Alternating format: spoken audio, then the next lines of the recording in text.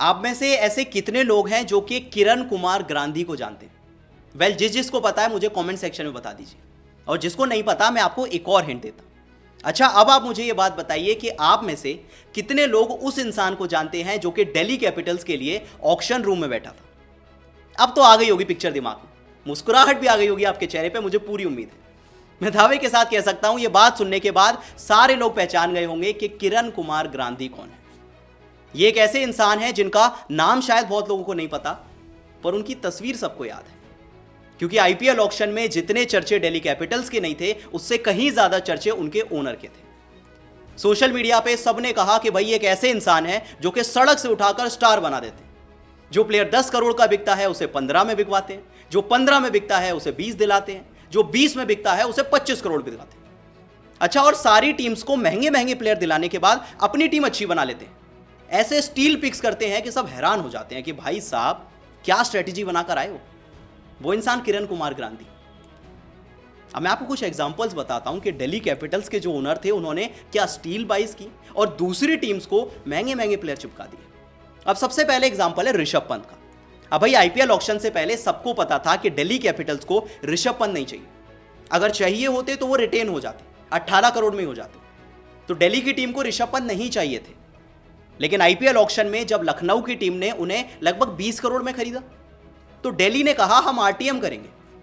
भाई ये वो मोमेंट था जहां सब शॉक हो गए कि दिल्ली को ऋषभ पंत क्यों चाहिए थे तो पहले रिटेन कर लेते।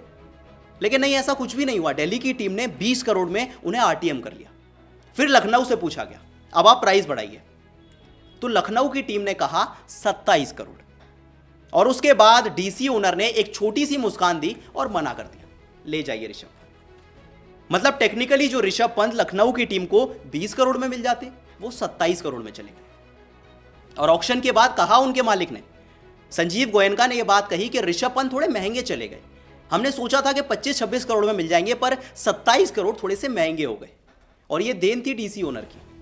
आपको ऋषभ पंत चाहिए भी नहीं थे, आपने आरटीएम कर लिया और 7 करोड़ ज्यादा में बिकवा दिया। अब चलते हैं श्रेयस अय्यर की तरफ। एक और ऐसे प्लेयर जिसकी नजरें डीसी पर थी। सबको लगा था कि ऋषभ पंत के बाद कोई अगर डीसी का कैप्टन बन सकता है तो वो श्रेयस अय्यर होंगे। लेकिन श्रेयस अय्यर की बोली जब 25 करोड़ पार कर गई तो सब हैरान हो गए। सबको लगा कि भाई ये क्या चल रहा है। श्रेयस अय्यर एक अच्छे प्लेयर हैं, कैप्टन अच्छे रह चुके हैं, कप्तानी में टाइटल जीत चुके हैं, पर 26 करोड़ बहुत ज्यादा है। और एक ऐसा मोमेंट आ गया जब सबको लगा कि अब जो बोली छोड़ देगा वो समझदार होगा। दिल्ली कैपिटल्स पंजाब किंग, जिसको भी श्रेयस अय्यर मिलेगा थोड़ा ओवर प्राइस्ड होगा। और ये वो मोमेंट था जब डीसी ओनर ने कहा अब हमें नहीं लगानी बोली, अब हमें नहीं चाहिए ऋषभ पंत, अब हमें नहीं चाहिए श्रेयस अय्यर, आप दे दीजिए पंजाब को। और पंजाब किंग्स ने श्रेयस अय्यर को 26 करोड़ और 75 लाख में खरीदा। सोचिए, ऋषभ पंत बिके 27 करोड़ में, श्रेयस अय्यर बिके 26 करोड़ और 75 लाख में, और दिल्ली कैपिटल्स ने केएल राहुल को खरीद लिया 14 करोड़ में। सोचिए कितनी हैरानी की बात है कि भाई एक टीम ऋषभ पंत को खरीदती है 27 करोड़ में, दूसरी टीम श्रेयस अय्यर को खरीदती है 26 करोड़ में, और लगभग इतने ही प्राइस में दिल्ली कैपिटल्स ने केएल राहुल, मिचेल स्टार्क को खरीद लिया। क्या स्टील वाइज करें, दोनों के प्राइस में आपको 2 प्लेयर मिल गए। भाई मानना पड़ेगा डीसी ओनर को, क्या स्ट्रेटेजी बनाकर आए थे। और एक और एग्जांपल मैं आपको बताता हूं। यह एग्जांपल है आरसीबी के स्वप्निल का। स्वप्निल को आपने लास्ट टाइम देखा होगा आरसीबी में। अब हुआ क्या, जब उनका नाम ऑक्शन में आया तो आरसीबी की टीम ने बिड किया और सबको लगा वो बेस प्राइस पे सोल्ड होंगे। अच्छा, इसके तुरंत बाद दिल्ली के ओनर ने एक और बिड लगाई और वो दिल्ली के पास आ गए, आरसीबी ने छोड़ दिया। उसके बाद आरसीबी से पूछा गया आप आरटीएम करेंगे, उन्होंने कहा हम आरटीएम करेंगे। भाई आरटीएम हो गए और दिल्ली की टीम ने फिर दोबारा प्राइस बढ़ा दिया। मतलब सोचिए, जो प्लेयर आरसीबी की टीम को बेस में मिल सकता था वो थोड़ा और महंगा मिला। फिर से डीसी ओनर, सोशल मीडिया पे सबने कहा कि भाई दिल्ली की ओनर सड़क से उठाकर सबको स्टार बनाएंगे। जिसको ज्यादा पैसे चाहिए डीसी ओनर से संपर्क कर लीजिए, वो आपको ज्यादा पैसे दिला देंगे। और हैरानी की बात यह थी कि ये सब कुछ करने के बाद दिल्ली कैपिटल्स ने आईपीएल ऑक्शन के बाद सबसे बैलेंस टीम बनाई। जब एक्सपर्ट से सारी टीम्स को रेटिंग्स देने के लिए कहा गया तो दिल्ली की टीम को सबसे ज्यादा रेटिंग मिली। रेटिंग्स की बात करें तो दिल्ली को मिली 8.8 की रेटिंग, हैदराबाद को मिली 8.2, मुंबई को 8, पंजाब को 8, सबसे अच्छी रेटिंग दिल्ली की। और मैं आपको स्क्वाड बताता हूं। सोचिए, आपको मिचेल स्टार्क जैसा प्लेयर जो कि पावर प्ले में भाई आग बरसाता है, सिर्फ 11 करोड़ का मिल गया। 11 करोड़ में आरसीबी ने जितेश शर्मा को खरीदा, आपको मिचेल स्टार्क मिल गया। कप्तान की बात कीजिए, आपको केएल राहुल जैसा प्लेयर 14 करोड़ में मिल गया, वहां ऋषभ के लिए 27 गए, ऋषभ पंत और श्रेयस अय्यर के लिए 26 गए। आपको हैरी ब्रुक जैसा प्लेयर जो इंग्लैंड टीम का फ्यूचर है सिर्फ 6 करोड़ में मिल गया।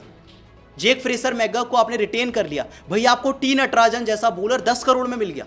कितनी हैरानी की बात है। और आई थिंक दिल्ली टीम का सबसे बड़ा स्टील था आशुतोष शर्मा।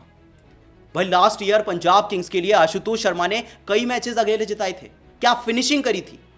और उन्हीं आशुतोष शर्मा को दिल्ली कैपिटल्स ने सिर्फ 3 करोड़ 80 लाख में खरीद लिया। आशुतोष शर्मा। आप समीर रिजवी को देखिए, एक ऐसा प्लेयर जिसके लिए सीएसके की टीम ने लास्ट ईयर 8 करोड़ खर्च किए थे, लेकिन दिल्ली की टीम ने समीर रिजवी को 95 लाख में खरीद लिया। भाई कितनी हैरानी की बात है। और आखिर में सबसे बड़ा एग्जांपल है फाफ डू प्लेसिस का। भाई आरसीबी की कप्तानी कर रहा था ये बंदा, लास्ट ईयर कप्तानी कर रहा था, लगभग 10 करोड़ में खेलता था। दिल्ली की टीम ने फाफ डू प्लेसिस को 2 करोड़ में खरीद लिया। कितनी हैरानी की बात है। और इसका पूरा क्रेडिट जाता है किरण कुमार ग्रांदी को, जो कि डीसी के ओनर है, या कहें कि को ओनर है। पार जिंदल और किरण कुमार ग्रांदी डीसी के को ओनर्स हैं दोनों। लेकिन भाई मानना पड़ेगा, किरण कुमार ग्रांदी की जो स्ट्रेटेजी थी, यही वजह थी कि आईपीएल ऑक्शन के दौरान सोशल मीडिया पे वो खूब ट्रेंड कर रहे थे, सबसे ज्यादा चर्चा उनकी थी। और आखिर में जब एक्सपर्ट्स को कहा गया कि आपके हिसाब से आईपीएल की सबसे अच्छी टीम कौन सी बनी, तो उन्होंने कहा दिल्ली कैपिटल्स। चलिए जाते जाते दिल्ली कैपिटल्स की एक बार प्रोबेबल प्लेइंग 11 देख लें, क्योंकि टीम तो बहुत अच्छी बनी है। सबसे ऊपर आएंगे जेक फ्रेसर मैकगर्क, उनके साथ होंगे केएल राहुल। नंबर 3 पे आपके पास ऑप्शन है, आप समीर रिजवी को खिला सकते हैं, आप अभिषेक पोरल को खिला सकते हैं। फिर नीचे 2 डिस्ट्रक्टिव प्लेयर्स आ जाते हैं, हैरी ब्रुक, ट्रिस्टन स्टब्स। नीचे बात करें लोअर मिडिल ऑर्डर में, आपके पास आशुतोष शर्मा है, आपके पास अक्षर पटेल, और फिर गेंदबाजी तो इस टीम की सबसे बेहतरीन है। गेंदबाजी में आपके पास मिचेल स्टार्क है, आपके पास टी नटराजन है, आपके पास मुकेश कुमार है, आपके पास मोहित शर्मा है। Quality bowling attack. स्पिनर्स की बात कर लें तो आपके पास कुलदीप यादव हैं और अक्षर पटेल हैं। तो एक्सपर्ट्स के हिसाब से दिल्ली कैपिटल्स ने इस साल ऑक्शन के बाद सबसे अच्छी टीम बनाई है। और वही दिल्ली कैपिटल्स की टीम ऋषभ पंत को 27 करोड़ दिलवा दिए, श्रेयस अय्यर को 26 करोड़ दिलवा दिए। अब आप बताइए, क्या आपके हिसाब से किरण कुमार ग्रांदी ने इस साल ऑक्शन में सबसे अच्छा काम किया? आपको क्या लगता है मुझे कमेंट सेक्शन में बताएं, और वीडियो पसंद आई तो वीडियो को लाइक और शेयर जरूर करें।